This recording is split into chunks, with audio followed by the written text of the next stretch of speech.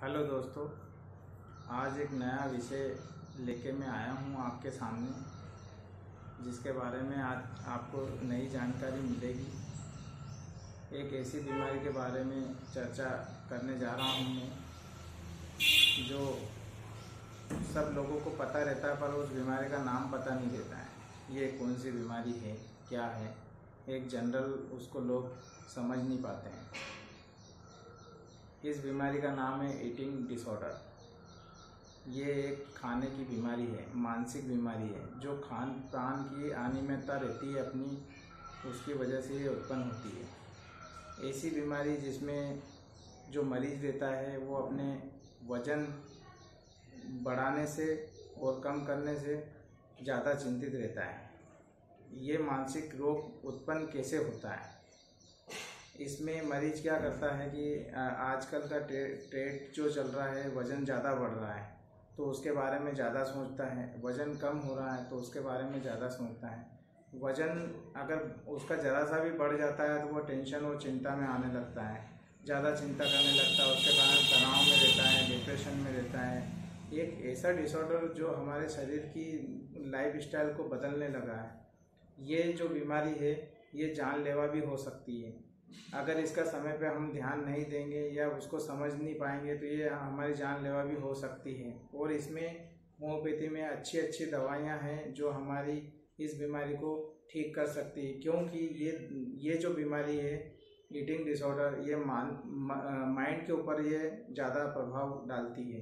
क्योंकि आज का समय जो समय आया है उसमें व्यक्ति मोटा हो रहा है या उसकी हेल्थ नहीं बन रही है। तो अगर हेल्थ नहीं बन रही वहाँ तक तो सही है, अगर ज़्यादा मोटापा आ रहा है तो उसकी वजह से वो ज़्यादा चिंता कर रहा है, वो डिप्रेशन में जा रहा है। उसके जो कुछ लक्षण हैं हमको देखने को मिलते हैं, वो बहुत सारे लक्षण मैं आज आपको इस बीमारी के बताऊंगा।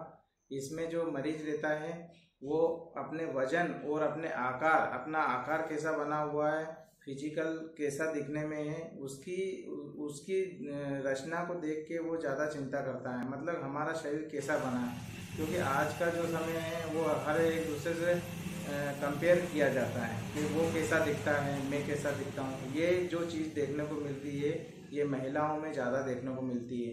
ये महिलाएं जो एक्टर्स रहते हैं उनको भी देख के प्रभावित होते हैं कि उनकी बॉडी ऐसी है, उनका फेस ऐसा है तो मैं भी ऐसा बनूं या ऐसी डाइट लूं। तो ये जो चीज़ है ये मानसिक रूप में कन्वर्ट हो रही है, हमारे मन को ज़्यादा प्रभावित कर रही है। उसकी वजह से हमारी जो हेल्थ पे जो प्रभाव पड़ता है, हमारे दिमाग पे जो प्रभाव पड़ता है वो हमको देखने को मिलता है। क्योंकि ये ईटिंग डिसऑर्डर एक ऐसी बीमारी है जिसको पता ही नहीं चलता है कि हमें क्या हो रहा है। बहुत सारे मरीज जो बताते हैं आके कि हमको भूख ही नहीं लगती है और वज़न ज़्यादा बढ़ रहा है, वज़न कम हो रहा है। तो वज़न कम हो रहा है तो उसकी ज़्यादा चिंता करती है, वज़न बढ़ता है तो उसकी ज़्यादा चिंता करती है। महिलाओं में ज़्यादा देखने को मिलता है। इसके जो लक्षण हमको देखने को मिलते हैं तो इसमें जो मरीज रहता है ईटिंग डिसऑर्डर का, वो शादी पार्टियों में खाने की वजह से नहीं जाता है, उसको छोड़ता है कि वहाँ जाएंगे तो खाना खाना पड़ेगा, या फिर ये ज़्यादा मतलब उससे वज़न बढ़ेगा, या कोई अपने को खाने पे बुलाता तो वो बहाने बना के मना कर देता है कि हमको वहाँ पे नहीं जाना है या मेरे को ये काम आ गया है। तो वो खाने से इतना दूर भागता है कि उसमें ये लक्षण आने लगते हैं कि दिमाग के अंदर वो चीज़ चलती है कि मैं ये वहाँ खाना खाने जाऊँगी तो वही वज़न एक ज़रा सा 1 ग्राम भी वज़न बढ़ जाता है तो वो ज़्यादा उस विषय में चिंता करने लगती है। ये जो रोग है ईटिंग डिसऑर्डर, ये महिलाओं में हमको ज़्यादा देखने को मिलता है। क्योंकि ये आजकल जो देखने को मिल रहा है एक दूसरे से कंपटीशन ज़्यादा हो रहा है कि उसका वज़न कम है, मेरा कम नहीं है, या मैं ऐसी दिख रही हूँ या वो ऐसी दिख रही है। तो ये चीज़ जो चल रही है ये हमको ईटिंग डिसऑर्डर में देखने को मिलता है। तो इसके दूसरे लक्षण क्या है, इसमें ये रहता है कि पेशेंट को क्या खाने में रुचि कम हो जाती है, वो खाने से अलग भागता है, मतलब खाना खाता ही नहीं है, या तो फिर वो खाता है तो ज़्यादा खाता है, या खाता है तो ज़्यादा कैलोरी वाला खाता है। उसके बाद में जो लक्षण आते हैं जैसे खाना खा लिया तो उसके बाद में उसको बार बार वॉशरूम जाना पड़ता है, भूख कम लगती है, भूख ज़्यादा लगती है। उसके बाद में वो एक अलग अलग चीज़ों में ज़्यादा ध्यान देता है। जैसे कि हमारी एक्सरसाइज के पैटर्न वो बार बार बदलता है, उसको देखते हैं कि ये चीज़ करूँगी तो ये होगा, ये करेंगे तो ये करेंगे। तो ये एक डिसऑर्डर है, एक ईटिंग डिसऑर्डर, एक मानसिक बीमारी है जो जिसके बारे में वो ज़्यादा सोचता रहता है। क्योंकि ये चीज़ करूँगा तो ये होगा, ये करूँगा तो ये होगा, ये व्यायाम में या एक्सरसाइज में उसके पैटर्न बदलने लगता है। उसके बाद में वो खान पीन के वो पैटर्न बदलता है कि ये चीज़ नहीं खाना, वो नहीं खाना, ये खाऊंगे तो ये होगा। और कुछ लोग ये रहते हैं कि उसमें इतना कैलोरी वाला फूड लेते हैं क्योंकि उनको वेट बढ़ाना। अच्छा, ये कोई सी भी उम्र में ये चीज़ हो जाती है, इसकी कोई उम्र नहीं है ये। पर अधिकतर ये देखने में आया है कि ये किशोर अवस्था मतलब युवा अवस्था या युवा में ज़्यादा हमको देखने को मिलता है। ये कई प्रकार के होते हैं। इसमें एनोरेक्सिया नर्वोसा होता है, एक बुलिमिया नर्वोसा होता है, एक बिंज ईटिंग डाइट होती है, डिसऑर्डर होता है। तो एनोरेक्सिया नर्वोसा में ये रहता है कि वो खाने से भागता है, खाना देखना पसंद नहीं करता। उसको एक तरह से अपन ये कहते हैं कि उसको वजन कम करने का भूत सवार हो जाता है। उसकी वजह से ये मेंटल डिसऑर्डर में जाने लगता है, मतलब ये टेंशन और डिप्रेशन में जाता है। क्योंकि ये पेशेंट जो रहता है वो खाना ही नहीं चाहता है, मतलब कि उसको हेल्थ का ये रहता है कि मुझे वजन कम करना, चाहे वो कैसे भी हो, या तो उसको डाइटिंग करके करे या खाना नहीं खा के करे। तो ये एनोरेक्सिया नर्वोसा में होता है। बुलिमिया नर्वोसा में ये रहता है कि हर इतनी ज़्यादा कैलोरी में वो खाना खाने लगता है कि उसको पता ही नहीं रहता। जैसे चोरी चुप के खाना खाना, पेस्ट्री खाना, बाहर का खाना खाना, मतलब हेवी फूड ज़्यादा खाना, हाई कैलोरी खाना, ड्राई फ्रूट खाना, ये उसको बुलिमिया नर्वोसा में हम देखने को मिलता है। और बिंज ईटिंग डाइट जो रहती है उसमें ये रहता है कि पेशेंट ने खाना खा लिया, पेट भर के खाना खा लिया, उसके बाद भी वो और खाना खाता है, मतलब उसको पेट भरा हुआ है फिर भी खाना खाता है। मन मारना ही नहीं चाहता है, खाना खाए जाएगा। उसकी वजह से फिर उसको तकलीफ होने लगती है, गैस बनती है, एसिडिटी होती है, उल्टी होती है, घबराहट होती है, बेचैनी होती है। ये सारी चीज़ हमको बिंज ईटिंग डिसऑर्डर में देखने को मिलती है।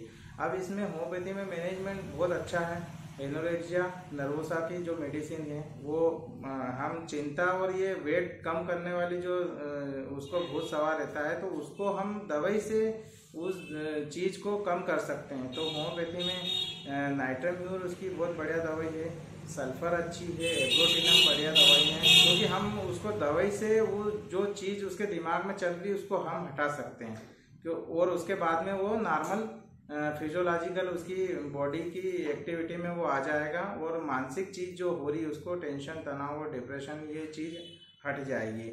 बुलिमिया नर्वोसा में जो हम उसमें जो बाहर का खाना ज़्यादा खाता है, हाई कैलोरी का वो फूड लेता है, तो उसकी भी हम होम्योपैथी में दवाइयाँ हैं कि उसकी लाइफ स्टाइल को हम चेंज कर सकते हैं। हम उसको दवाई देके उसको जो लाइफ स्टाइल उसकी बाहर की है उसको हम दवाई देके ठीक कर सकते हैं। तो होम्योपैथी में उसकी भी दवाइयाँ हैं।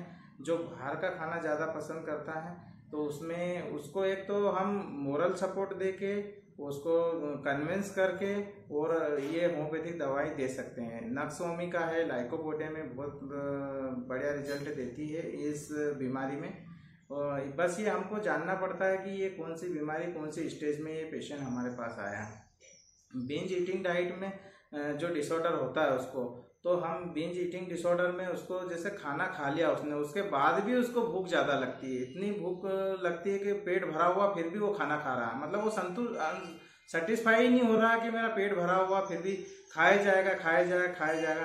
तो सबसे बढ़िया रिजल्ट देने वाली होम्योपैथी में जो दवाई है वो लाइकोपोडियम है, नक्सोमिका है, सल्फर है, पल्सेटिला है।